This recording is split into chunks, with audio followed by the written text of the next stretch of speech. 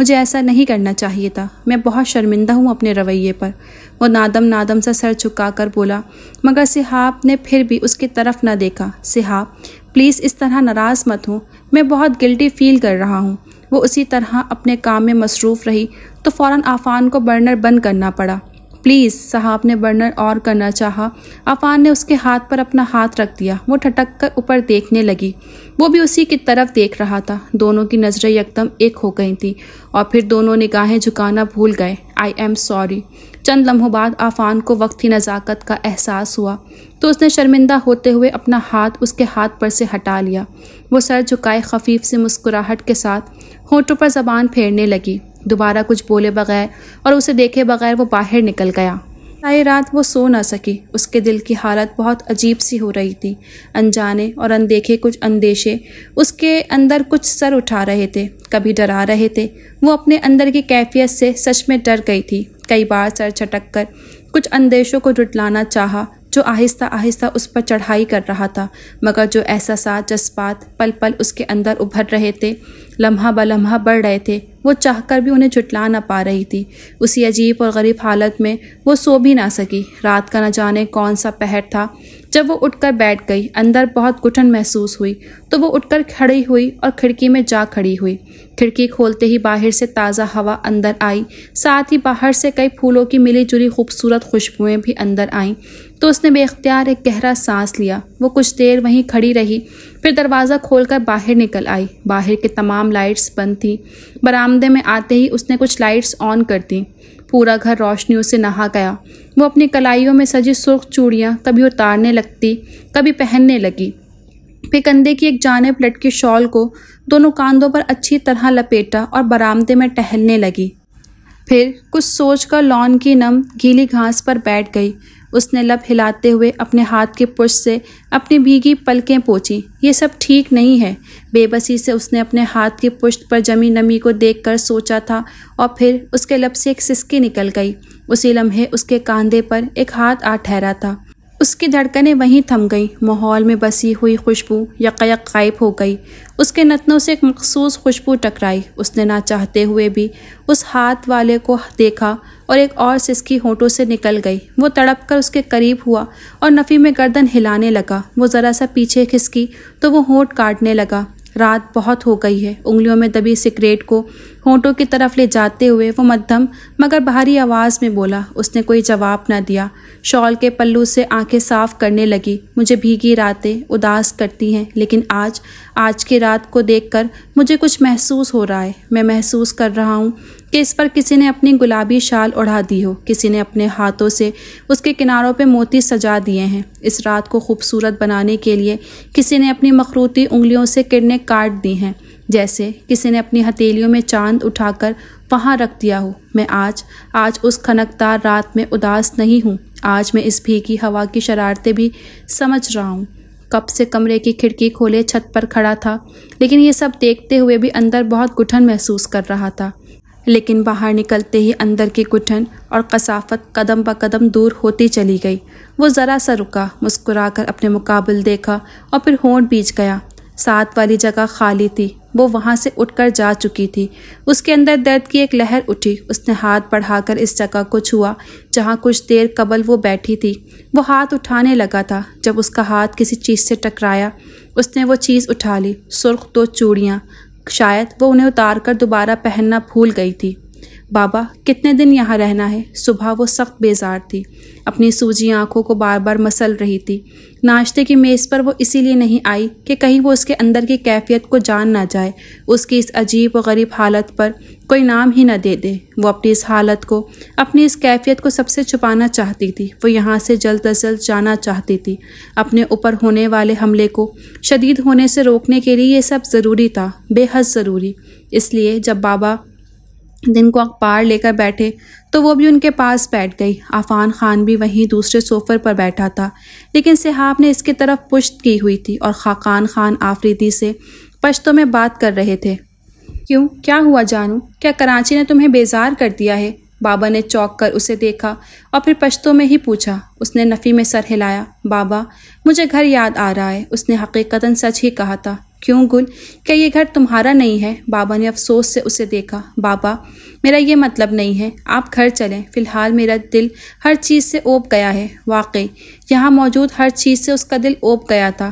طبیعت تو ٹھیک ہے نا تمہاری؟ وہ فکر مند ہوئے۔ بابا، میری طبیعت کو کیا ہونا ہے، بس مجھے گھر جانا ہے، میں اب یہاں مزید نہیں رہ سکتی۔ کہیں آفان سے تمہاری لڑائی تو نہیں ہو گئی؟ بابا مشکوک ہوئے۔ آفان اپنا نام سن کر انہیں دیکھنے لگا۔ بابا، میں کیوں لڑوں گی ان سے؟ اس نے برا مانا تو بابا ہنسنے لگے۔ وہ سمجھ رہا ہے جیسے ہم اس کی برائی کر رہے ہیں۔ آفان کو اپنی جانب متوجہ دیکھ کر صحاب کو ہنسی آ گئی۔ ہم کیا اس کی برائی کریں گے؟ بابا بھی ہنسے۔ بابا، مجھے ان کا دماغ تھوڑا سا کھسکا ہوا لگتا ہے۔ شاباش ہے بیٹے، اپنے چاچا کے بیٹے کو پاگل کہہ رہی ہو، بابا نے کہا۔ بابا، اس میں کوئی شک نہیں، میرے بارے میں آپ کو کوئی شک ہے؟ یکدم وہ بول پڑا۔ صحاب نے چونک کر اسے دیکھا۔ اسے اپنی سماعت پر شک ہوا تھا۔ پٹھان ہوں، اپنی مادری زبان مجھے بھی آتی ہے، اس نے مسکراتے ہوئے انکشاف کیا تو صحاب کا جی چاہا زمین پھٹے اور وہ اس میں سما جائے۔ اس نے شرمندہ ہو کر بابا کی طرف دیکھا جو اپنی ہنسی بمشکل روک رہے تھے۔ یہ دیکھتے ہی ان کا کہکا چھوٹ گیا، جس میں آفان کا کہکا بھی شامل ہو گیا۔ وہ رو دینے کو ہو گئی تو وہاں سے اٹھ کر بھاگ کھڑی ہوئی۔ وہ بابا اور سبحان کو چائے دے کر نہ چاہتے ہوئے بھی آفان کے کمرے میں چلی آئی۔ وہ ابھی تک جاگ رہا تھا۔ اسے اتنے دنوں بعد اپنے کمرے میں آتا دیکھ کر وہ اٹھ کر بیٹھنے لگا، مگر اس نے اسے لیٹے رہنے کو کہا۔ وہ پھر بھی اٹھ کر بیٹھ گیا۔ اب کیسی طبیعت ہے آپ کی؟ اس کے سامنے چائے کا کپ رکھتے ہوئے اس نے پوچھا، لیکن اس نے کوئی جواب نہ دیا۔ وہ سر اٹھا کر اسے دیکھنے لگی۔ وہ چھت کی طرف دیکھ رہا تھا۔ صحاب، پاپا کی بہت بڑی خواہش تھی کہ وہ جیتے جی ایک بار بابا کو دیکھ لیں، لیکن ان کی یہ خواہش آخری دم تک پوری نہ ہو سکی۔ وہ ایک حسرت لیے اس دنیا سے چلے گئے۔ وہ دکھ سے بولا، مرتے دم تک انہوں نے مجھے آس سے دیکھا، لیکن میں کچھ بھی نہ کر سکا۔ ان کی آخری خواہش بھی پوری نہ کر سکا۔ بہت بد نصیب ہوں میں، بہت بد نصیب۔ 10 دن پہلے ان کا ایکسیڈنٹ ہوا تھا اور اسی دن سے انہوں نے مجھے بابا کو بلانے کا کہا، ان سے بات کروانے کو کہا، مگر میں نااہل کچھ بھی نہ کر سکا۔ وہ افسوس سے گردن ہلانے لگا۔ ماما تو پھر بھی جاتے جاتے بابا کو دیکھ گئیں، ان سے معافی مانگ گئیں، لیکن پاپا تو یہ بھی نہ کر سکے۔ ان کے آنے سے پہلے ہی اس دنیا کو چھوڑ گئے۔ اتنا انتظار نہ کیا کہ بابا اب ان سے ناراض نہیں رہے تھے، راضی ہونے ہی والے تھے۔ ان کی بھتیجی نے ان کے بابا کو راضی کر لیا تھا۔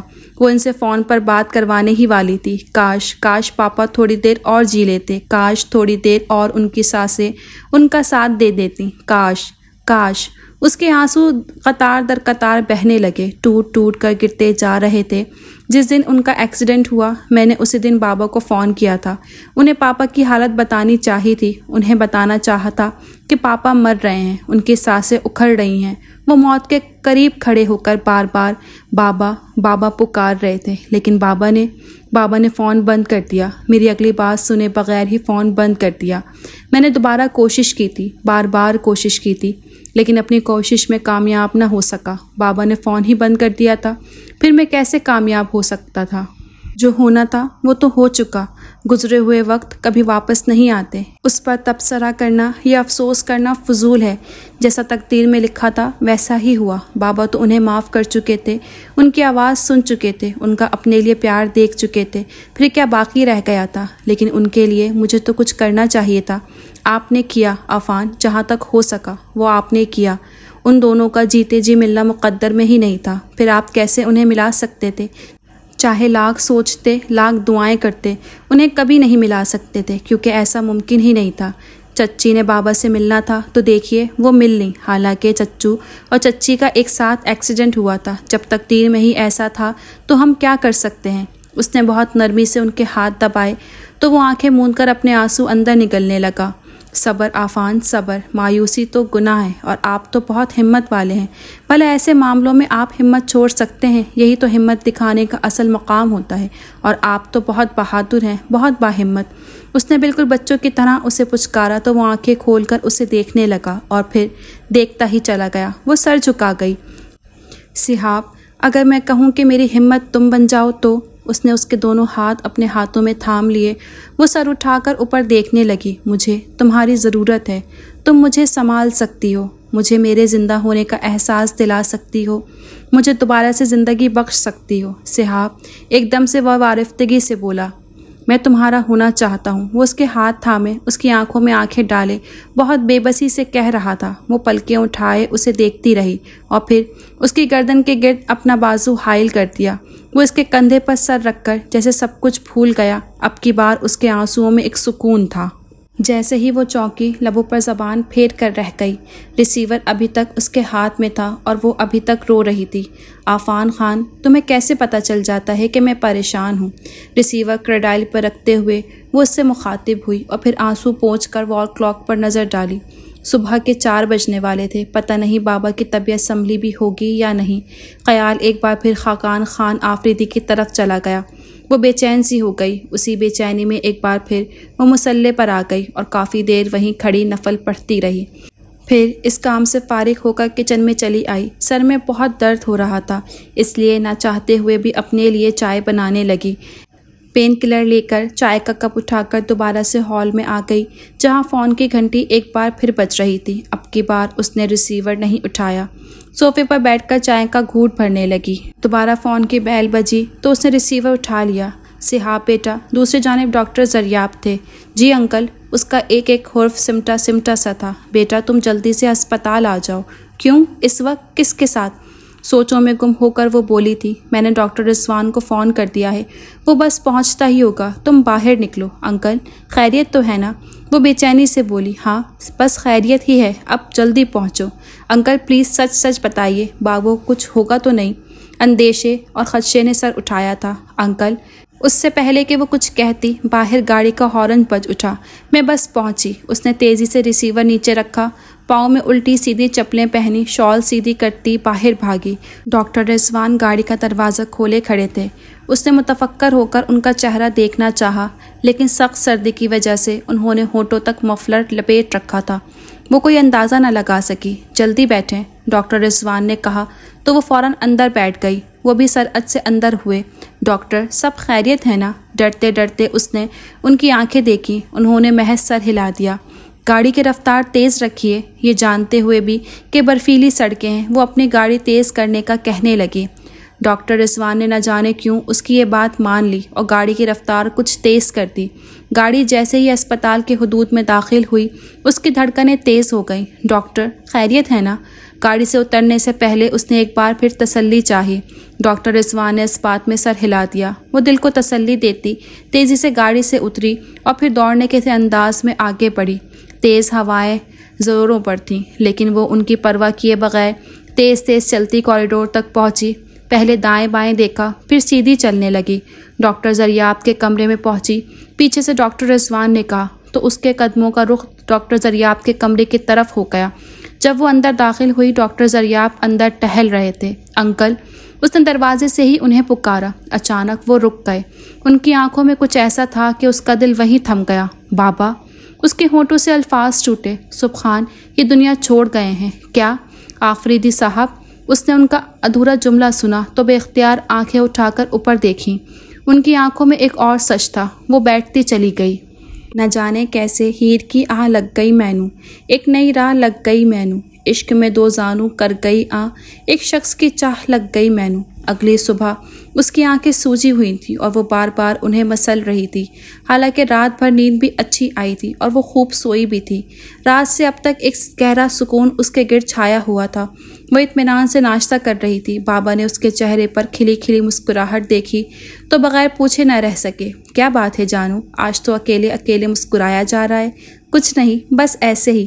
وہ خواہ چور سی بنی۔ بابا نے اس کا چہرہ دیکھ کر دوبارہ کچھ کہے بغیر اخبار کی طرف جھک گئے۔ عفان کمرے سے نکلا تو اس کے تر و تازہ موڈ کو دیکھ کر گہری سانس لے کر اطمینان سے رہ گیا۔ آج تو بڑے پیارے لگ رہے ہو۔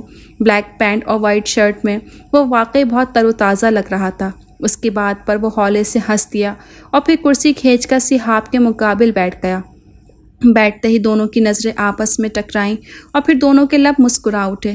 میں گرم چائے لاتی ہوں۔ وہ اٹھنے لگی جب اس نے اس کی کلائی پکڑ لی۔ بیٹھو، میں ٹھنڈی چائے پیتا ہوں۔ کب سے پینی شروع کی ہے؟ وہ حیران ہوئی۔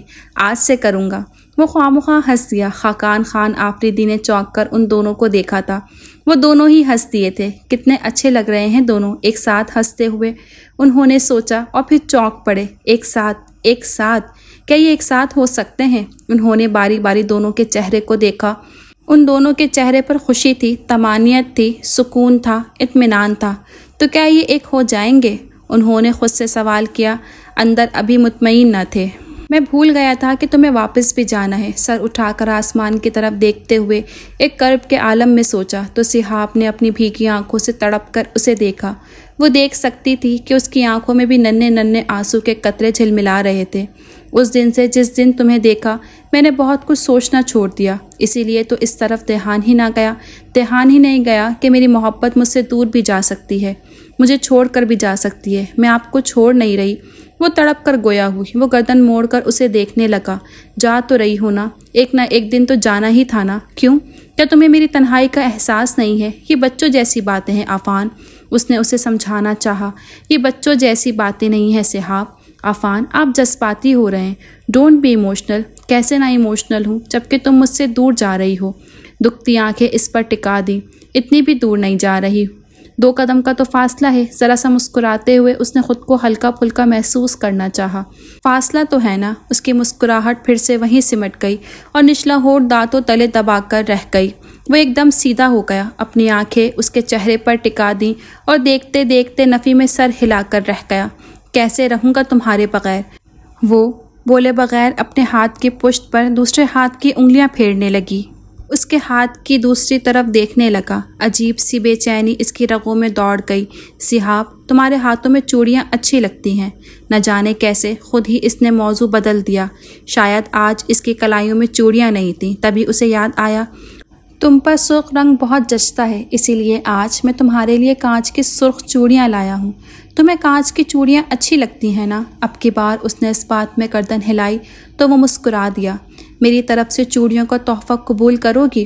بہت محبت سے اس نے پوچھا تو اس نے ایک بار پھر گردن ہلا دی۔ اس نے ہاتھ بڑھا کر گھاس پر کچھ فاصلے پر پڑا ایک پیکٹ اٹھا لیا۔ میں خود پہناؤں؟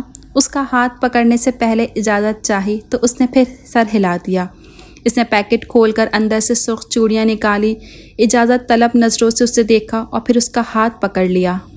نہ جانے کب دوبارہ نظر آؤ گی، میں آج اور ابھی بابا سے بات کرتا ہوں۔ کیا؟ تمہارے اور میرے رشتے کی؟ اس کے چھیڑنے پر وہ ایک بار پھر شرما گئی۔ یار، شرماتے ہوئے تم کتنی پیاری لگتی ہو، ایک بار پھر اسے چھیڑ کر بولا تو اس کی بھی ہنسی نکل گئی۔ دونوں کی کچھ دیر کے لیے اداسی دور ہو گئی تھی۔ ڈاکٹر ذریاب کی آنکھوں میں ایک اور سچ تھا جس پر وہ بیٹھتی چلی گئی۔ ڈاکٹر ذریاب نے بے چین سا ہو کر اسے دیکھا اور پھر اس کے سر پر ہاتھ رکھ دیا۔ اس نے بے اختیار اپنا سر نفی میں ہلایا۔ اس کی آنکھوں سے آنسوؤں کا سمندر بہہ نکلا تھا۔ بیٹا نہیں، انکل پلیز، گل روتے ہوئے مسلسل گردن نفی میں ہلاتی۔ اس نے باقاعدہ اپنے ہاتھ ان کے سامنے باندھ دیے جنہیں انہوں نے فوری طور پر پکڑ لیا تھا۔ گل، تم غلط سمجھ رہی ہو بیٹا، میرے کہنے کا مطلب کچھ اور ہے۔ وہ اس کے پاس بیٹھ گئے۔ کیا؟ اس کی سانسیں وہیں اٹک گئیں۔ بیٹا، اب تمہیں سچ بتانا ہی پڑے گا۔ سانسیں اوپر نیچے ہوئیں، ایک امید بندھی تھی۔ بیٹا، آفریدی صاحب کو چوٹیں بہت زیادہ آئی ہیں، ان کا بچنا اتنا مشکل ہی نہیں، ناممکن بھی ہے۔ وہ کچھ کہنے لگی تھی جب ڈاکٹر ذریاب نے اس کے ہونٹوں پر انگلی رکھ دی۔ ہم تمام ڈاکٹروں نے بہت کوشش کی، ابھی کچھ کہا نہیں جا سکتا، اسی لیے تمہیں یہاں بلایا کہ آفریدی صاحب کے پاس بہت کم وقت ہے، زیادہ سے زیادہ 2 یا 3 گھنٹے، مجھے ان کے پاس لے جائیے۔ اس نے روتے ہوئے تیزی سے ان کی بات کاٹ دی۔ انہوں نے کچھ سوچا، پھر سر ہلا دیا۔ چلو۔ وہ تیزی سے ان کے پیچھے چلنے لگی۔ اندر داخل ہوتے ہی اس کی نظر بابا جان کی کھلی آنکھوں پر پڑی۔ وہ ان سے لگ کر پھوٹ پھوٹ کر رونے لگی۔ ڈاکٹر ذریاب نے اسے سمجھانے کی ناکام سے کوشش کی مگر وہ اسی طرح روتی رہی۔ بابا، آپ ایسا نہیں کریں گے جس سے آپ کے گل کو کوئی تکلیف ہو، آپ کی جانوں کو کوئی درد ہو۔ بابا جانی، آپ نے میری بات مانی ہے، اپنی گل کی بات بھی ماننی ہے، آپ کو ایسا کچھ نہیں کرنا، وہ ان کے ساتھ لگی روتے ہوئے کہہ رہی تھی جب ان کا ہاتھ ہلا اور اس کے کمر پر آ کر رکا۔ اس نے روتے ہوئے چونک کر ہاتھ کی طرف دیکھا۔ انہوں نے اشارے سے اسے کچھ سمجھانے کی کوشش کی اور پھر اس کے سر پر ہاتھ رکھ دیا۔ وہ ان کے اس اشارے کو سمجھ کر پھر سے رو دی۔ بابا، آپ کہیں اور آپ کی گل وہ بات نہ مانے، بھلا یہ ممکن ہے؟ وہ ان کا ہاتھ چوم کر بڑی تیزی سے ان کے پاس سے اٹھی تھی۔ اسے بس کچھ لمحے لگے تھے ایک فیصلہ کرنے میں، اور پھر فیصلہ کرتے ہی وہ تیزی سے باہر نکل گئی۔ وہ جیسے ہی نکلی اس کے قدموں میں بجلیاں سی بھر گئیں۔ اس کے قدم تیزی سے ٹیلی فون بوتھ کی طرف اٹھے تھے۔ گھر آ کر وہ کئی دنوں تک بے چین رہی۔ سارا دن گھر میں یوں ہی بے مقصد گھومتی رہتی۔ فون پر اس کی صرف ایک بار بات ہوئی تھی، وہ بھی بابا جانی کے سامنے، اور بات بھی صرف ہوں ہاں میں ہوئی تھی۔ نہ وہ کچھ کہہ سکی، نہ عفان نے کوئی فالتو بات کی۔ خاقان خان سے اس کی یہ بے چینی اور بےقلی چھپی نہ رہ سکی۔ اسی لیے جب وہ برآمدی کی سیڑھیوں پر بیٹھ کر باہر گرتی برف کی ہلکی ہلکی پھوار دیکھ رہی تھی تو وہ اس کے پیچھے آ کھڑے ہوئے۔ جانو بہت اداس ہو، وجہ پوچھ سکتا ہوں؟ ان کے کہنے پر وہ چونک کر ان کی طرف دیکھنے لگی، پھر جلدی سے اپنی نم پلکیں صاف کی۔ وہ جانتے بوجھتے بھی انجان بنے۔ تم یہاں بیٹھی ہو اور میں تمہیں کمرے میں ڈھونڈ رہا تھا، یہاں کیوں بیٹھی ہو؟ انہوں نے بہت محبت سے پوچھا اور اس کے قریب بیٹھ گئے۔ اس نے مسکرا کر برف کی طرف اشارہ کیا۔ ایک تم بھی نا، ٹھنڈ لگ گئی تو 10 دن بستر سے نہ اٹھو گی۔ اب ایسی بھی بات نہیں ہے، وہ خوشگوار لہجے میں بولی تو وہ ہنسنے لگے۔ آپ مجھے کیوں ڈھونڈ رہے تھے؟ یار تم سے ایک کام پڑ گیا ہے۔ کون سا؟ میرے کچھ مہمان آ رہے ہیں۔ ایک تو آپ کے مہمان؟ اس کے لہجے میں ناگواری اتر آئی۔ تمہارے ساتھ والا کمرہ صاف کروانا تھا۔ کیوں؟ میرے ساتھ والا کیوں؟ آئیں وہ دوسرے گھر میں اور رہیں میرے کمرے کے ساتھ۔ یہ مہمان بہت خاص ہیں۔ وہ دھیرے سے مسکرائے۔ آپ کے مہمان کبھی عام بھی ہوئے ہیں؟ اس نے تیوری چڑھائی، لیکن اب کی بار یہ مہمان خاص الخاص ہیں۔ وہ پھر مسکرائے تو وہ جل کر رہ گئی۔ اسے ان مہمانوں سے چڑ ہی ایسی تھی کیونکہ وہ جانتی تھی کہ ان کے مہمان آ کر دھرنا مار کر بیٹھ جاتے ہیں جسے واپس نہیں جانا۔ کہاں سے آ رہے ہیں؟ وہ جھنجھلا کر اٹھ کھڑی ہوئی۔ جانتی تھی کہ اگر اس نے نہ بھی کی تو بھی مہمان تو آ ہی جائیں گے، بھلا بابا جانی کے کسی مہمان کو آنے سے روک سکتی تھی؟ کراچی سے، انہوں نے سامنے دیکھتے ہوئے جواب دیا۔ اس کی دھڑکنیں بے ترتیب ہو گئیں۔ اسے اس لمحے عفان خان آفریدی یاد آ گیا۔ کب آئیں گے وہ؟ وہ چلتے ہوئے بولی، شام 5 بجے۔ وہ بھی اس کے ساتھ ہو لیے؟ ہاں۔ وہ ہوٹل میں نہیں رہ سکتے کیا؟ وہ مڑ کر بولی، نہیں۔ انہوں نے معصومیت سے کہا۔ کیوں؟ اس نے بابا جانی کو گھورا۔ کیونکہ یہ گھر بھی تو انہی کا ہے۔ ہاں انہی کا ہے۔ آپ ایسا کیوں نہیں کرتے کہ پورا گھر آدھا آدھا کر کے مہمانوں کے حوالے کر دیں تاکہ وہ یہاں آ کر خود کو مہمان نہ سمجھیں؟ اس کے تپنے پر وہ ہنسنے لگے تو وہ اور بھی تپ گئی۔ قسم سے بابا جانی، مجھے آپ کے فضول مہمانوں سے سخت چڑ ہے۔ آتے ہی تو ہیں تو جانے کا نام ہی نہیں لیتے۔ یہ نہیں کہ دوسروں کا گھر ہے، کچھ شرم کریں۔ 2-4 دنوں کے بعد چلتے بنے۔ آپ کے مہمانوں میں شرم ہو تو وہ یہاں سے کھسکے نا، بس ڈیرا ڈال کے بیٹھ جاتے ہیں۔ جب تک خود اکتا نہ جائیں یہاں سے ہٹنے کا نام ہی نہیں لیتے۔ بیٹا ایسا نہیں کہتے، مہمان تو اللہ کی رحمت ہوتے ہیں۔ انہوں نے اسے ٹوکا۔ اچھا جی، تو اب کون سی رحمت آ رہی ہے؟ اس نے چڑھ کر ان کی طرف دیکھا۔ رحمت ہی نہیں، یہ زحمت بھی ہے۔ وہ ہولے سے مسکرائے تو پھر بھی اسے غصہ آ گیا۔ تو کیا کروں؟ اپنا پوتا ہے وہ معصوم بنے۔ پوتا؟ کون؟ اس کے قدموں کے ساتھ اس کی سانسیں بھی رکیں تھیں۔ آفان؟ اور کون؟ آفان؟ اس کی چیخ نکل گئی۔ انہوں نے چونک کر اسے دیکھا تو وہ شرمندہ سی ہو کر سر جھکا گئی۔ یہ بھی نہ دیکھ سکی کہ ان کے لبوں پر بہت خوبصورت مسکراہٹ کھیل رہی ہے۔ آ رہا ہے وہ خوشبوؤں کے سنگ، جگنوؤں کے سنگ، تتلیاں پکڑ کے رکھ لو۔ آ رہا ہے وہ ہواؤں کے سنگ، فضاؤں کے سنگ، ہاتھوں میں پھول پکڑ کے رکھ لو۔ آہاں! خاقان آفریدی نے جان بوجھ کر ہنکارا تو اس کے لبوں پر آنے والا اگلا جملہ وہیں دب گیا۔ وہ تیزی سے پتیلے میں چمچ ہلانے لگی۔ بھائی مدد کی ضرورت تو نہیں؟ اس کے آگے سے ٹماٹر کا ٹکڑا اٹھاتے ہوئے انہوں نے پوچھا تو اس نے جلدی سے سر نفی میں ہلایا۔ 5 تو بج گئے پاپا، لیکن وہ دیر سویر تو ہو ہی جاتی ہے۔ میرا مطلب ہے آپ ایک بار پھر فون کر کے پوچھ لو۔ بظاہر تو وہ پتیلی میں جھانک رہی تھی لیکن اس کا سارا دھیان ان کی جانب تھا۔ گھر سے نکلتے ہوئے اس نے کہا تو تھا، خیر میں پھر بات کر لیتا ہوں۔ اس پر ایک بھرپور نظر ڈال کر مسکراتے ہوئے وہ باہر نکل گئے۔ ان کے نکلتے ہی وہ سیدھی ہوتے ہوئے ایک گہرا سانس لینے لگی۔ آپ ہی جاؤ، بے اختیار اس نے اسے پکارا تھا۔ کچن کے کاموں سے فارغ ہو کر وہ باتھ روم میں گھس گئی، پھر ہلکا پھلکا تیار ہو کر ٹیرس پہ جا کھڑی ہوئی۔ صبح سے اس کے پیر زمین پر نہ ٹک رہے تھے۔ اسے اپنا آپ ہواؤں میں اڑتا محسوس ہو رہا تھا۔ دل میں بے چینی اور بےتابی تو کل شام سے ہی تھی، لیکن آج تو صبح سے ہی اس نے اپنی آنکھیں باہر دریچے پر رکھ دی تھیں۔ جیسے اندھیرا بڑھتا گیا اس کی بے چینی اور بےتابی حد سے سوا ہونے لگی، اور پھر وہیں کھڑے کھڑے اندھیرے نے ہر سو اپنی سیاہ شال پھیلا دی۔ اس نے اندھیرے میں بھی اس رستے کی طرف دیکھنے کی ناکام سعی کی جدھر سے اسے آنا تھا، لیکن چاہ کر بھی وہ کچھ نہ دیکھ سکی، اور اپنی اس ناکامی پر اس کی آنکھیں نمکین پانیوں سے بھر گئیں۔ وہ وہیں ٹھنڈے فرش پر گھٹنوں میں سر دے کر بیٹھ گئی۔ آنکھوں میں آیا پانی بہت آہستہ آہستہ گالوں کو بھگونے لگا۔ اسے وہاں بیٹھے اور روتے ہوئے نہ جانے کتنا وقت گزر گیا، لیکن اسے احساس تک نہ ہو سکا، کیونکہ وہ چونکی تو وہ تب جب ایک گرم ہاتھ اس کے کاندھے پر آ ٹھہرا۔ اس نے تیزی سے سر اٹھایا اور پھر جھکانا بھول گئی۔ وہ ہاتھ میں جلتی موم بتی لیے بہت غور سے اسے دیکھ رہا تھا۔ عفان، اس کے لب ہلے۔ اس نے مسکراتے ہوئے سر ہلایا۔ اس نے ہاتھ بڑھا کر اس کا دوسرا ہاتھ تھام کر جسے یقین دہانی کرنی چاہی کہ آیا وہ واقعی وہی ہے۔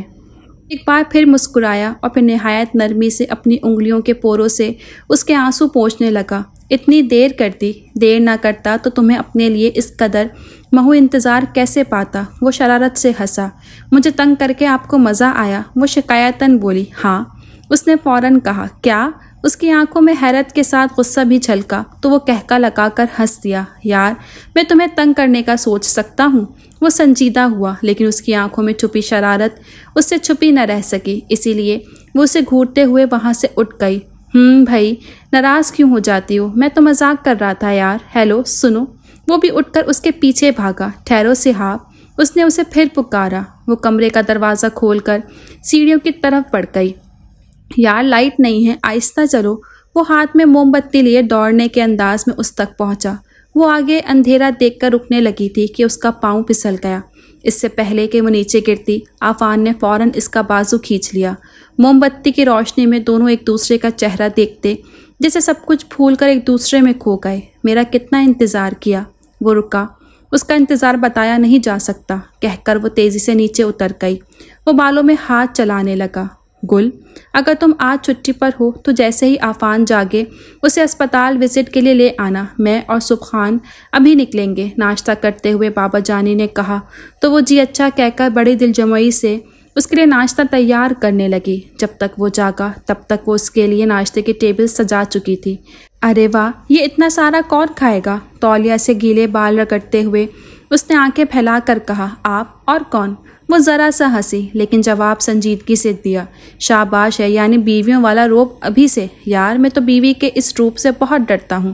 فریش مینگو جوس کا گلاس ہونٹوں سے لگاتے ہوئے وہ شرارت سے بولا۔ اچھا، بیوی کے اس روپ سے آپ کو ڈر لگتا ہے؟ آپ نے پہلے کتنی بیویاں پال رکھی ہیں؟ اس نے مسکراتے ہوئے اسے چھیڑا۔ اس نے جوس کا گلاس ایک بھی گھونٹ لیے بغیر نیچے رکھ دیا۔ کیوں؟ کیا ہوا؟ وہ اس کے اس انداز پر چونکی۔ اس نے نفی میں سر ہلا دیا۔ کیا جوس اچھا نہیں بنا؟ وہ فکر مند ہوئی۔ نہیں، اچھا ہے، لیکن پینے کا میرا موڈ نہیں ہے، انتہائی سنجیدگی سے جواب دے کر وہ پھر سے تولیے سے باہر رگڑنے لگا۔ وہ اس کے اس انداز کو سمجھ نہ سکی، حالانکہ چند ہی لمحے قبل جس تیزی سے اس نے گلاس اٹھا کر ہونٹوں سے لگایا تھا وہ جان سکتی تھی کہ اس کے پینے کا موڈ ہے۔ پھر نہ جانے اب کیوں وہ اندر گیا تو اس نے خود گلاس اٹھا کر 2-4 گھونٹ لیے۔ آیا کہیں جوس ہی تو خراب نہیں بنا؟ لیکن ہر گھونٹ پر ہی اسے مکمل تازگی محسوس ہوئی۔ پھر کیوں؟ اس نے نظر اٹھا کر اس بند دروازے کو دیکھا۔ دن کو وہ اسے اسپتال لے گئی۔ وہاں خاقان خان آفریدی نے تمام ڈاکٹروں سے اس کا تعارف کرایا اور خود ساتھ ہو کر اسے پورے اسپتال کا وزٹ کروایا۔ بابا جانی، آپ کی خواہش تھی نا کہ آپ کے عثمان خان آفریدی ڈاکٹر بنے، لیکن آپ کی یہ خواہش پاپا نے پوری نہ کی، لیکن آپ کی یہی خواہش انہوں نے مجھ سے کی اور مجھے ڈاکٹر بنا دیا۔ آج میں جیسا بھی ہوں پاپا کی بدولت ہوں۔ انہوں نے ہی مجھے نکھارا اور سنوارا ہے جس طرح آپ انہیں نکھارنا اور سنوارنا چاہتے تھے۔ بابا، میں نے یہیں کھڑے کھڑے ایک فیصلہ کیا ہے۔ بظاہر تو آپ کی آنکھوں میں وہ خواہش، وہ اقرار ہے، لیکن آپ زبان سے نہیں کہہ رہے۔ شاید میرے سامنے خواہش بیان کرتے ہوئے آپ کو خوف آتا ہے، اسی لیے میں خود اپنی زبان سے کہنا چاہتا ہوں۔ کیا؟ بابا جانی، میں عثمان خان آفریدی بن کر ہمیشہ کے لیے آپ کے پاس، آپ کے ساتھ رہنا چاہتا ہوں، اور جس ہسپتال میں آپ عثمان کو ڈاکٹر بنا کر چلانا چاہتے تھے اب میں اسے جوائن کرنا چاہتا ہوں۔ بولیے، قبول ہے؟ عفان، میری جان۔ خاقان خان نے پہلے تو حیرت کے عالم میں اسے دیکھا، جیسے انہیں یقین نہ آیا ہو کہ اتنی جلدی وہ مان جائے گا، اور پھر خوش اور جذبے سے اسے گلے لگا لیا۔ وہ بھی بہت والہانہ پن سے ان کے گلے سے لگا۔ ساتھ کھڑی صحاب نے بہت حیرت سے اسے دیکھا۔ وہ مسکرا رہا تھا، جبکہ بابا جانی کی آنکھوں میں ڈھیر سارے آنسو چمک رہے تھے۔ آپ نے یہ فیصلہ کیا سوچ کے کیا؟ عفان، شام کو وہ اس کے لیے برآمدے میں چائے لے کر آئی تو پوچھے بغیر نہ رہ سکی۔ مجھے خود بھی نہیں پتا کہ کیا سوچ کے میں نے یہ فیصلہ کیا۔ وہ کسی گہری سوچ سے چونکا اور پھر اس کے ہاتھ سے چائے کا کپ پکڑ لیا۔ مطلب؟ اس نے حیرت سے اسے دیکھا اور ساتھ والی کرسی گھسیٹ کر بیٹھ گئی۔ میں جب یہاں آیا تو میرے وہم و گمان میں بھی نہیں تھا کہ میں ایسا کوئی فیصلہ کروں گا۔ یہ تو چند ہی لمحوں میں میرا موڈ بنا تو میں نے دل اور دماغ کی رضا سے اس فیصلے پر مہر لگا دی۔ آپ کا موڈ کیسے بنا؟ میرا موڈ بنتا یا نہ بھی بنتا، شاید تب بھی مجھے یہی فیصلہ کرنا تھا، کیونکہ جب میں یہاں آیا، ان دیواروں کو دیکھا، ان راستوں کو دیکھا، اس گھر کے کمروں کو دیکھا جہاں بابا جانی اپنے بیٹوں کو ہنستے کھیلتے لڑتے جھگڑتے دیکھنا چاہتے تھے، اس لان کو دیکھا جہاں وہ اپنے پوتے پوتیوں کے ساتھ بھاگ دوڑ کر اپنا بڑھاپا گزارنا چاہتے تھے، اس اسپتال کو دیکھا جہاں وہ اپنے بیٹے بیٹیوں کو ڈاکٹر بنا کر چلانا چاہتے تھے، تو میرا اندر یکدم سنسان ہو گیا۔ مجھے لگا میں اور پاپا پہلے بہت بے حس تھے، ہمیں پہلے ہی کوئی قدم اٹھا لینا چاہیے تھا، خود ہی آگے بڑھنا چاہیے تھا۔ بس یہی سب کچھ سوچ کر چند ہی لمحوں میں نے یہ فیصلہ کر لیا۔ بہت مطمئن سا ہو کر اس نے چائے کا سپ لیا۔ وہ اسے دیکھتی رہ گئی، وہ بھی نظریں اٹھا کر اسے دیکھنے لگا۔ آپ بہت اچھے ہیں عفان، بہت اچھے، دل سے تعریف کرتے ہوئے تشکر کے احساس سے اس کی آواز بھر آ گئی۔ وہ مسکرا دیا۔ گل بیٹا، مجھے تم سے ایک بات کرنی تھی۔ وہ ہاتھ میں کتاب پکڑے باہر پھولوں کے درمیان بیٹھی پڑھ رہی تھی جب خاقان خان آفریدی اس کے پاس آئے۔ وہ نظریں اٹھا کر انہیں دیکھنے لگی۔ بہت سوچا کہ تم سے ابھی بات نہ کروں، تمہارے پیپرز ہو رہے ہیں، کہیں تم ڈسٹرب نہ ہو جاؤ، لیکن عفان پیچھے پڑا ہوا ہے۔ اس کا دل دھڑک کر رہ گیا۔ وہ وہیں اس کے پاس بیٹھ گئے۔ جو بات میں کرنے جا رہا ہوں وہ نہ صرف عفان کی بلکہ میری بھی خواہش ہے، اور مجھے یقین ہے تم میری خواہش کا احترام کرو گی۔ وہ بہت دھیرے اور ٹھہرے ٹھہرے لہجے میں بول رہے تھے۔ اس کی دھڑکنیں تیز سے تیز تر ہوتی گئیں۔ گل میری جان، اگر تمہارے بابا جانی تمہاری زندگی کے بارے میں خود کوئی فیصلہ کریں تو تمہارا رد عمل کیا ہوگا؟ انہوں نے رک کر اسے دیکھا۔ بابا جانی، میری جان بھی آپ پر قربان، آپ حکم کریں، وہ تیزی سے بولی اور ان کے ہاتھ پکڑ لیے۔ انہوں نے اس کے ہاتھ اپنی آنکھوں سے لگا لیے۔ مجھے تم سے یہی امید تھی، صرف امید نہیں ہونی چاہیے، اس نے اتنی تیزی سے کہا کہ اسے دیکھتے رہ گئے، پھر ہاتھ بڑھا کر اسے اپنے ساتھ لگا لیا۔ جو فیصلہ میں نے کیا ہے بہت سوچ سمجھ کر کیا ہے۔ عفان کو بتانے سے پہلے میں تمہیں بتانا چاہتا تھا، تمہاری رائے لینا چاہتا تھا، اسی لیے میں اب تمہارے پاس آیا ہوں گل بیٹا۔ اگر میں تمہارے لیے زندگی کا ہمسفر تلاش کروں تو کیا وہ ہمسفر عفان خان آفریدی ہو سکتا ہے؟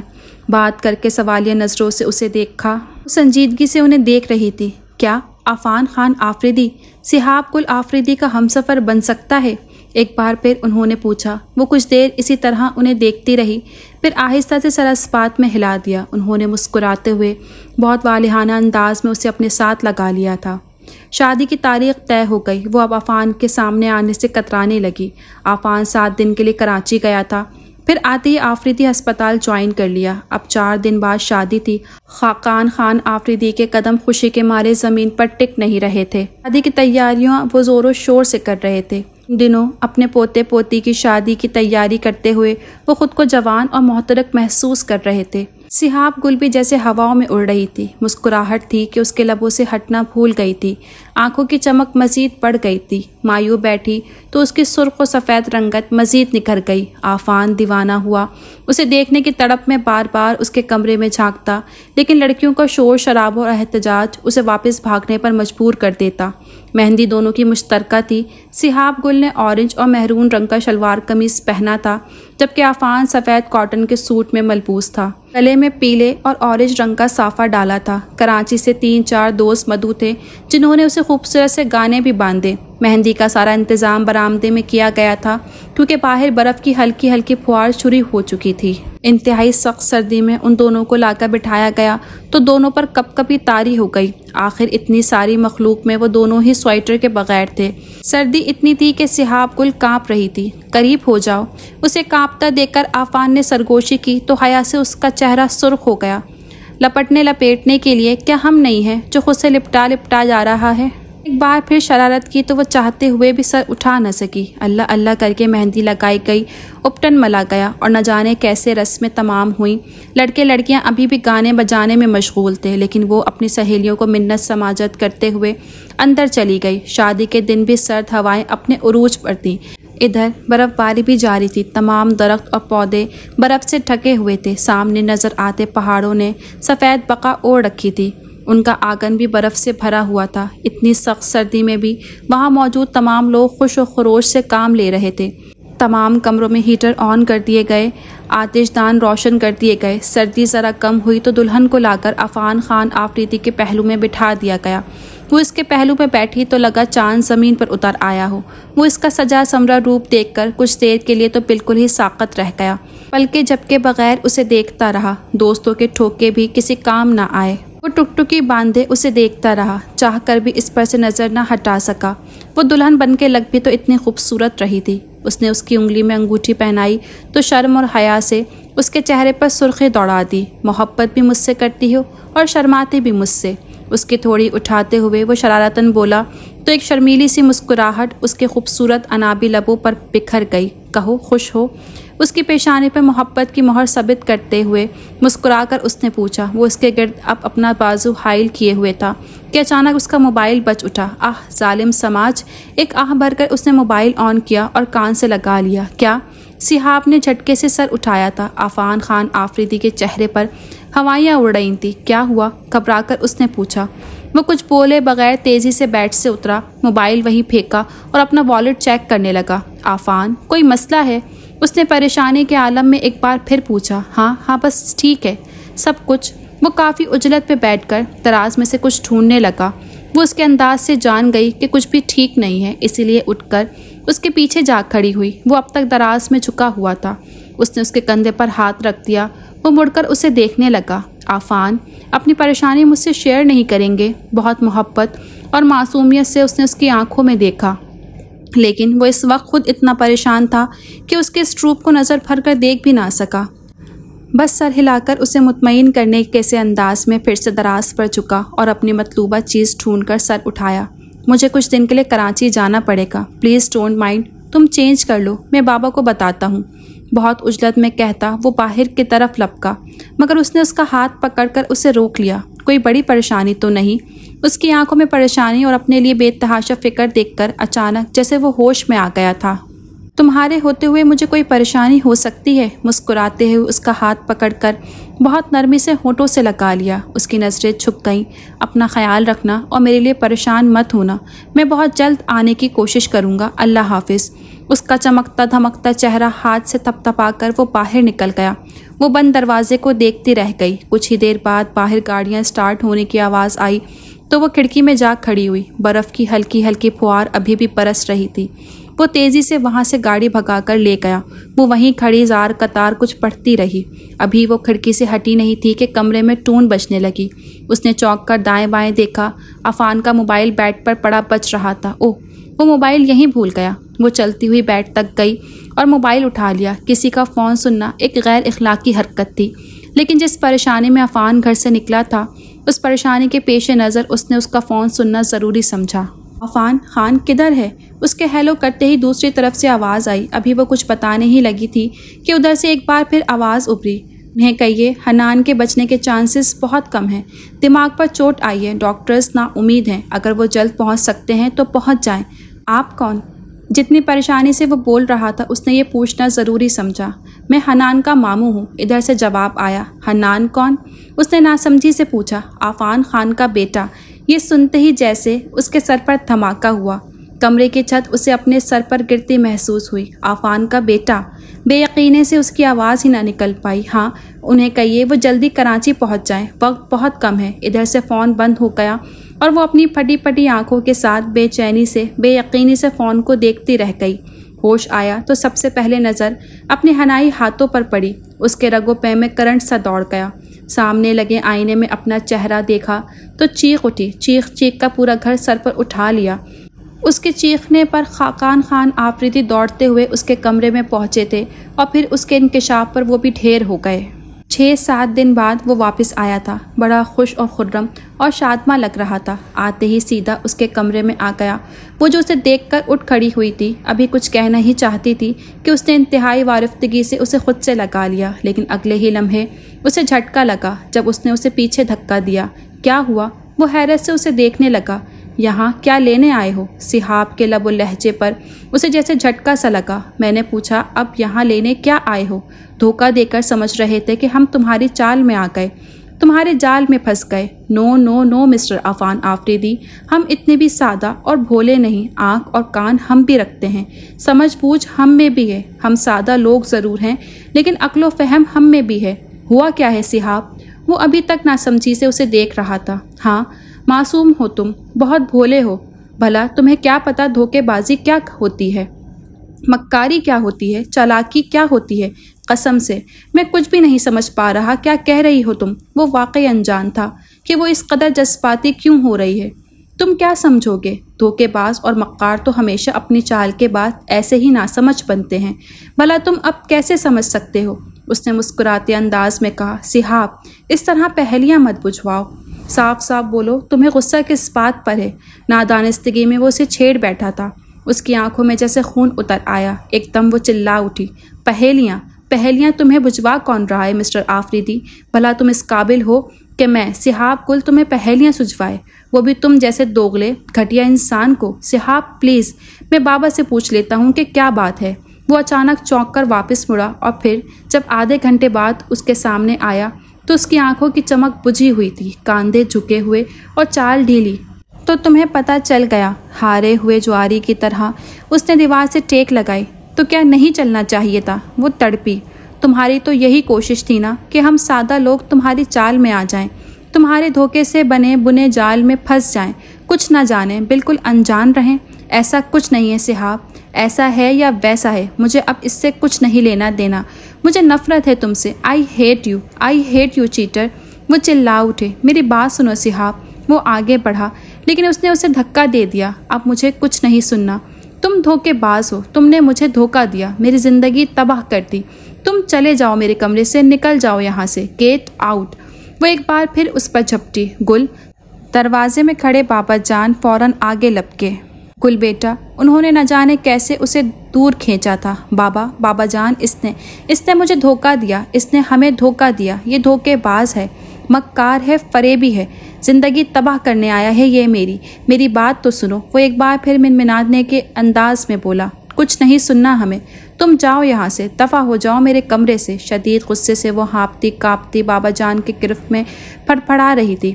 ورنہ قتل کر دوں گی میں تمہیں، جان سے مار دوں گی۔ پاس پڑا گلدان اٹھا کر اس نے اسے دے مارا۔ وہ آگے سے ہٹا نہیں تھا، گلدان سیدھا اس کے ماتھے سے ٹکرایا، خون کا فوارہ وہاں سے پھوٹ پڑا۔ تبھی خاقان خان آفریدی کا ہاتھ اٹھا اور اس کے چہرے پہ پڑا۔ وہ تو وہیں ساقط ہو گئی۔ پھٹی پھٹی بے یقین نظروں سے بابا جان کو دیکھا۔ وہ عفان کو باہر نکلنے کا اشارہ کر رہے تھے، وہ وہیں بیڈ پر گر گئی۔ شادی میں اس کی مرضی شامل نہیں تھی۔ عثمان نے زبردستی اپنے دوست کی بگڑی ہوئی بیٹی سے اس کا نکاح پڑھوا دیا۔ ہادیہ بھی شوہر کی خوشی میں خاموش رہ کر بیٹی کی ناراضگی اور ناپسندیدگی کے لیے احتجاج بھی نہ کر سکی۔ البتہ اس نے احتجاج کیا، ماں باپ سے ناراض ہو گیا، کھانا پینا چھوڑ دیا، گھر سے باہر نکلنا بند کر دیا، یونیورسٹی جانے سے بھی انکار کر دیا۔ لیکن اتنے سارے احتجاج کے باوجود عثمان اپنی ضد منوا کر رہا۔ اتنا تو تم جانتی ہو، عثمان بہت ضدی تھا۔ جب تک اپنی ضد نہ منوا لیتا تب تک وہ سکون سے نہ بیٹھتا۔ بس یہی ضد عفان کو بھی لے ڈوبی۔ وہ ہار گیا، اپنے باپ کی ضد کے آگے ہار گیا۔ ان کے دوست کی بگڑی بیٹی کو اپنا لیا، لیکن شمامہ عفان کی سابقہ بیوی الٹرا ماڈرن لڑکی تھی، انتہائی ضدی اور جھگڑالو۔ بگڑی ہوئی اتنی تھی کہ جی چاہتا تو عفان کو لفٹ بھی نہ کراتی۔ وہ پریگننٹ ہو گئی۔ جب اسے خبر ہوئی تو اس نے پورا گھر سر پر اٹھا لیا، مگر تب تک دیر ہو چکی تھی۔ حنان اس دنیا میں آ گیا۔ اس نے طلاق کا مطالبہ کر دیا اور پھر طلاق لے کر ہی دم لیا۔ بیٹا وہ عفان کے پاس ہی چھوڑ گئی، مگر پھر 2 ماہ بعد ہی اولاد کی تڑپ محسوس ہوئی تو بیٹے کو حاصل کرنے کے لیے عدالت میں مقدمہ کر دیا۔ مقدمہ 8 ماہ تک چلا اور فیصلہ دونوں کے حق میں ہو گیا۔ عدالت نے فیصلہ دیا کہ بیٹا پہلے 2 سال تک شمامہ کے پاس رہے گا۔ عفان بھی اس سے ہفتے میں 1 بار مل سکتا تھا اور پھر 2 سال کے بعد دونوں ہی حنان کو 6 ماہ اپنے پاس رکھ سکتے ہیں۔ بس یہی ساری کہانی ہے۔ اب حنان 6 ماہ اپنی والدہ کے پاس اور 6 ماہ عفان کے پاس رہتا ہے۔ اپنی بات ختم کرنے کے بعد بابا جان نے نظریں اٹھا کر اسے غور سے دیکھا۔ وہ سپاٹ چہرہ لیے بیٹھی تھی۔ اس کے کسی بھی احساس سے عاری چہرے اور سرد پڑتی آنکھوں سے لگ رہا تھا جیسے اسے کسی بھی بات نے متاثر نہ کیا ہو۔ گل بیٹا، یہی سب سچ ہے، وہ بے قصور ہے۔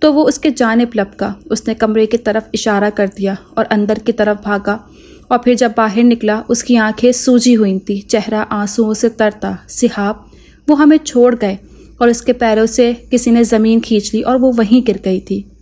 تم یہاں سے کب جا رہے ہو؟ کئی دنوں کے بعد وہ اس کے سامنے آئی تھی، پس مردہ چہرہ، بے نور آنکھیں جن کے نیچے سیاہ حلقے پڑے تھے، ہونٹوں کی سرخی غائب تھی، گالوں کا گلابی پن اپنا رنگ کھو چکا تھا، الجھتے بکھرتے بال، پرشکن لباس۔ وہ اس کا مزمل اور بے جان سا وجود دیکھ کر تڑپ کر رہ گیا۔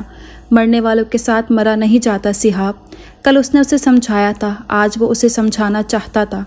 بڑے دکھ کے ساتھ میں نے تمہیں نصیحتیں کرنے کو نہیں کہا، میں تو یہ پوچھ رہی ہوں کہ تم یہاں سے کب جا رہے ہو؟ ترشی سے اس نے کہا۔ اس نے بہویں اچکائیں۔ اگر میں کہوں کہ میں نہیں جاؤں گا تو پھر میں تمہیں دھکے دے کر گھر سے نکال دوں گی۔ وہ اور بھی مشتمل ہوئی۔ اتنا یاد رکھو، جتنا یہ گھر تمہارا ہے اتنا ہی میرا بھی۔ وہ اٹھ کر اس کے مقابل آیا۔ بلیک میل کر رہے ہو؟ بلیک میل کیا، یہ سچ ہے، اس کی آنکھوں میں آنکھیں ڈال کر کہا۔ تو پھر ٹھیک ہے، تم باخوشی رہو یہاں، میں کسی ہاسٹل چلی جاتی ہوں۔ وہ وہاں سے ہٹنے لگی جب اس نے اس کی کلائی پکڑ لی۔ مت بھولو تم میری بیوی ہو، میں ایسی سرکشی برداشت نہیں کر سکتا، اور تم بھی یہ مت بھولو کہ میں نے تمہیں اپنا شوہر نہیں مانا۔ وہ بھی بھڑک کر بولی تھی، ایک ایک لفظ چبا چبا کر ادا کیا تھا۔ تمہارے ماننے یا نہ ماننے سے کیا ہوتا ہے، نکاح تو ہمارا ہو چکا ہے۔ کلائی کو زور سے جھٹکا دیا تو وہ درد سے بلبلائی۔ جب چاہوں جیسے چاہوں اپنا حق استعمال کر سکتا ہوں، دانتوں پر دانت جما کر کہا تو اس نے جھٹکے سے اپنی کلائی چھڑائی۔ جہاں اس کی انگلیوں کے نشان پڑے تھے وہاں سفید کلائی پر سرخ دھاریاں ابھر آئی تھیں۔ اپنی کلائی کے ان سرخ نشانات کو دیکھ کر اس کی آنکھوں میں آنسو نہیں آئے، بلکہ آنسو تو اس بات پر آئے تھے کہ اگر بابا جان زندہ ہوتے تو عفان کی کیا مجال کہ وہ ایسی بات بھی کرتا، اسے ایسی ویسی کوئی دھمکی بھی دیتا۔ مجھے گیدڑ پھپکیوں سے ڈرانے کی کوشش مت کرو عفان، اچھا ہوگا میرے کچھ کرنے سے پہلے تم یہاں سے چلے جاؤ، ورنہ اگلا قدم جو میں اٹھاؤں گی اس کے ذمہ دار تم خود ہوگے۔ انگلی اٹھا کر تنبیہ کرنے کے انداز میں کہا۔ یہ اور بات کہ آنکھ سے آنسو بھی ٹپک پڑا تھا۔ وہ کچھ کہنے لگا لیکن اس کے بھیگے گال کو دیکھ کر چپ سا ہو گیا۔ میں تمہیں ساتھ لے جانا چاہتا ہوں۔ اگلے دن وہ اس کے کمرے میں گیا تھا۔ اس نے اسے یوں دیکھا جیسے وہ مذاق کر رہا ہو۔ صحاب، یہاں تم اکیلی کیسے رہو گی؟ میرے ساتھ چلو، ویسے بھی میں تمہیں یہاں اکیلا تو چھوڑ نہیں سکتا، اس لیے تمہیں ساتھ لے جانا چاہ رہا ہوں۔ تمہیں کس نے کہا کہ میں تمہارے ساتھ چلوں گی؟ آنکھوں میں کمال کا حوصلہ سمو کر اس نے پوچھا۔ بیجا ضد نہ کرو صحاب، تم ضد کرنے آئے ہو، فضول بات تم ہی تو کر رہے ہو۔ اسٹاپ اٹ، نہ تو میں کہیں جا رہی ہوں اور نہ ہی تم یہاں رہ رہے ہو۔ مجھ سے زبردستی کرنے کی کوشش کی تو پچھتاؤ گے۔ تیزی سے بات کاٹ کر تش لہجے میں کہتے ہی وہ باتھ روم میں گھس گئی۔ وہ لب بیچ کر رہ گیا۔ برف باری کا موسم جاری تھا، درخت، پودے، پہاڑ، حتیٰ کہ لوگوں کے گھر بھی برف سے ڈھکے ہوئے تھے۔ مری کا سارا ماحول سفید رنگ اوڑھے ہوئے تھا۔ وہ کب سے کھڑکی میں کھڑی سامنے نظریں جمائے ہوئے تھی جب اچانک وہ چونک پڑی۔ اس کے چونکنے پر ڈاکٹر ضریاب مسکرا دیے۔ گل بیٹا، زندگی یوں ہی نہیں کٹتی، انسان اکیلا چل چل کر تھک جاتا ہے اور تھکن انسان کو اندر سے مار دیتی ہے۔ تم ابھی بچی ہو، کیسے کاٹو گی اپنی زندگی؟ مان جاؤ عفان کی بات۔ ان کی بات سن کر وہ کچھ دیر تک انہیں خالی خالی نظروں سے دیکھتی رہی تھی اور پھر کچھ بھی کہے بغیر وہاں سے ہٹ گئی۔ اسپتال کے برآمدے کی سیڑھیوں پر بیٹھ کر فوار کو دیکھنے لگی، لیکن وہ سفید فوار بھی اس کے اندر کے خلا کو دور کرنے میں ناکام رہی۔ تھک گئی ہوں میں انکل، اور واقعی سچ کہا آپ نے، تھکن انسان کو اندر سے مار دیتی ہے۔ یہی تو ہو رہا ہے میرے ساتھ، میں بھی تو ہولے ہولے اندر سے مر رہی ہوں، ختم ہو رہی ہوں، لیکن کیا کروں؟ یہ پرخار راستہ خود ہی تو میں نے اپنے لیے چنا ہے، لہو لہان تو ہونا ہی پڑے گا۔ سفید نرم برف پر نظریں جمائے اس نے سوچا تھا۔ خواہ مخواہ آنکھیں بھیگنے لگیں تو وہ گاڑی میں آ کر بیٹھ گئی۔ ڈرائیور اسے گھر چھوڑ کے آیا تو وہ سردی کی پرواہ کیے بغیر صحن میں ہی بیٹھ گئی۔ ضدی انسان کا انجام بہت برا ہوتا ہے۔ اس کی آواز کانوں میں گونجی تو چونک کر اس نے دائیں بائیں دیکھا اور پھر کچھ نہ پا کر گہری سانس لیتی اپنا گرم شال لپیٹتی اٹھ کھڑی ہوئی۔ 6 سال قبل جب وہ جا رہا تھا تو اس نے کئی بار رک کر اسے اپنی ضد چھوڑ دینے کی درخواست کی تھی، اسے ساتھ چلنے کو کہا تھا اور تو اور اپنی ناکردہ غلطی کی معافی بھی مانگی تھی، لیکن وہ پتھر دل بنی رہی، سخت اور سنگ دل۔ اپنے بے جان نظروں سے اسے جاتا دیکھتی رہی۔ گاڑی میں بیٹھنے سے پہلے نہ جانے کتنی بار اس کے قدم رکے تھے، نہ جانے کتنی بار اس نے مڑ کر اسے پیچھے دیکھا تھا، اور نہ جانے کتنی بار اس نے اپنی بے بس آنکھوں سے اس سے التجا کی تھی، مگر وہ ایک پل کے لیے بھی کمزور نہ پڑی۔ پچھلے 6 سالوں سے کوئی دن ایسا نہیں تھا جب اس نے گل کو اپنے پاس نہ بلایا ہو، مگر وہ اپنی ضد پر قائم رہی۔ اسی طرح اس کی بات نہ سنتی، اسی طرح کال کاٹ دیتی۔ لیکن اب اسے محسوس ہو رہا تھا کہ اس کے بغیر جینا مشکل ہی نہیں، ناممکن بھی ہے۔ اس نے اسے دل کی اتھاہ گہرائیوں سے چاہا تھا، اسی لیے تو اس کی غلطی کو اپنی جان کا روگ بنا لیا۔ بابا جان اب کیوں مجھے چھوڑ کر چلے گئے؟ پہلے بابا جان زندہ تھے تو وہ اس کی کمی محسوس کرتے ہوئے بھی محسوس نہیں کرتی تھی، لیکن اب تنہائی میں وہ کیسے اس کی کمی محسوس نہ کرتی، کیسے اس کی یاد کے درد کو اپنے سینے میں محسوس نہ کرتی۔ ٹیرس پہ کھڑے ہو کر اس نے بابا جان سے دل ہی دل میں شکوہ کیا تو آنکھوں کو نم ہونے سے روک نہ پائی۔ اب میں کہاں دل لگاؤں، کس چیز سے دل بہلاؤں؟ کمرے کی ایک ایک چیز اداس پڑی ہے، ایک ایک چیز مجھ سے شاکی ہے۔ میں کیا کروں، کہاں جاؤں؟ یہ ہوائیں، فضائیں میری اداسی بڑھا دیتی ہیں، یہ بارش، یہ برف مجھے بے چین کر دیتی ہے۔ نہ اندر کا موسم اچھا، نہ باہر کا موسم دل کو بھاتا ہے۔ اکیلی ہنسوں تو کیسے، اکیلی روؤں تو کیسے؟ نہ کوئی ہنسی سننے کو ہے، نہ آنسو پوچھنے کو۔ آپ ہی آپ اس کے اندر سے سسکی نکلی تھی۔ اسی پل ہوا کا ایک تیز جھونکا برف کے چھوٹے چھوٹے نرم ٹکڑوں کو اس پر اچھال گیا۔ سردی کی ایک تیز لہر اس کے تن بدن سے ابھری تو وہ چونک پڑی۔ کیا میں اب بھی ایسے موسم کو محسوس کرتی ہوں؟ ایک خوشگوار حیرت سے اس نے سوچا تھا، اور پھر اس کے رگ و پے میں خوشی دوڑ گئی۔ آجا کہ ابھی ضبط کا موسم نہیں گزرا، آجا کہ پہاڑوں پر ابھی برف جمی ہے، خوشبو کے جزیروں سے ستاروں کی حدود تک اس شہر میں سب کچھ ہے، بس ایک تیری کمی ہے۔ اس نے اسے ہیلو بھی کرنے نہ دیا اور اپنا پیغام اس تک پہنچا دیا۔ دوسری جانب وہ ہیلو ہیلو کرتا رہا، مگر وہ فون بند کر کے ہنستی ہوئی اپنے کمرے میں چلی گئی۔ جب وہ دروازہ کھول کر اندر داخل ہوا تو اسے حیرت کا ایک اور شدید جھٹکا لگا۔ وہ دلہن کے لباس میں ملبوس، بھاری زیورات پہنے، پھولوں کے گہنے ہاتھوں اور کلائیوں میں سجائے، زرتار خوبصورت آنچل اوڑھے بیٹھی تھی، اور وہ اسے دیکھ کر جیسے ساقط ہو گیا، جیسے یقین کرنا چاہتا ہو کہ واقعی وہ وہی ہے۔ رک کیوں گئے؟ یہ کمرہ جتنا میرا ہے اتنا ہی آپ کا بھی ہے۔ شرارتی کھنکھناتا لہجہ، خوبصورت آواز، چمکتی آنکھیں۔ بے یقینی سے اس نے سر جھٹکا۔ اچھا تو میرا بیٹا بھی ساتھ آیا ہے؟ اس کی گود میں چڑھا حنان بھی بے یقینی اور ذرا پرشوق نظروں سے سامنے بیٹھی خوبصورت لڑکی کو دیکھ رہا تھا۔ اس نے مسکرا کر اسے دیکھا تو وہ اپنے باپ کی گود میں مچلنے لگا۔ عفان نے اسے نیچے اتار دیا۔ وہ دوڑ کر اس کے پاس پہنچا اور بہت شوق سے اس کا دوپٹہ پکڑ لیا۔ اس نے اسے اپنی گود میں بٹھا لیا۔ صحاب یہ مذاق تو نہیں؟ عفان کے لہجے میں ہی نہیں، آنکھوں میں بھی بے یقینی تھی۔ آپ کو یہ مذاق لگ رہا ہے؟ الٹا اس نے پوچھا تو وہ پھر اسے دیکھنے لگا اور پھر چلتا ہوا اس کے قریب آ بیٹھا۔ صحاب میں تو تمہارے فون پر ہی حیران تھا، کجا کہ تمہارا یہ روپ۔ اس نے مسکرا کر اس کی آنکھوں میں دیکھا۔ آپ سے محبت کرتی ہوں۔ حنان کے بالوں میں انگلیاں چلانے لگی، جو ابھی تک اس کے سجے سورے خوبصورت روپ کو دیکھ رہا تھا۔ اس اعتراف میں اتنی دیر کیوں؟ اس نے جیسے ٹوٹ کر کہا تو اس نے اس کے ہاتھ پر اپنا ہاتھ رکھ دیا۔ آپ نے مجھے اتنا تڑپایا تو کیا میں آپ کو نہ ستاتی؟ مجھے اگر معلوم ہوتا کہ بعد میں مجھے تم سے ملنا ہے تو میں وہ شادی کبھی نہ کرتا۔ اس کے ہاتھوں کو ہونٹوں سے لگاتے ہوئے وہ یکدم جذباتی ہوا۔ شادی نہ کرتے تو یہ حنان کہاں سے آتا؟ کمال معصومیت سے اس نے سوال کیا تو وہ جو بہت سنجیدگی سے اسے دیکھ رہا تھا یکدم کہکا لگا کر ہنسا۔ معصوم بنتی ہو لیکن تانے دینے سے بھی باز نہیں آتی۔ تانا نہیں، اتنے پیارے سے بیٹے کو دیکھ کر اب کون کافر آپ کو تانا دے سکتا ہے؟ اس نے نہایت نرمی سے حنان کو اپنے ساتھ کھینچ لیا۔ یہ لو جناب۔ اس نے حنان کو ایک بار پھر اس کی گود میں ڈال دیا۔ جہاں وہ حیران ہوئی تھی وہیں حنان بھی حیرت سے اپنے پاپا کو تک رہا تھا۔ منہ دکھائی کا تحفہ، میں تمہیں یہ جیتا جاگتا تحفہ دے رہا ہوں۔ وہ اس تحفے کو دیکھ کر پہلے تو پریشان ہوئی اور پھر ہنستی چلی گئی۔ عفان نے ایک پرسکون سانس لیا تھا، جبکہ وہ دل میں سوچ رہی تھی، کچھ پانے کے لیے کچھ کھونا پڑتا ہے، بس دل وسیع ہونا چاہیے۔ ناول اختتام پذیر ہوا۔ جلدی نئے ناول کے ساتھ ملتے ہیں۔ خدا حافظ۔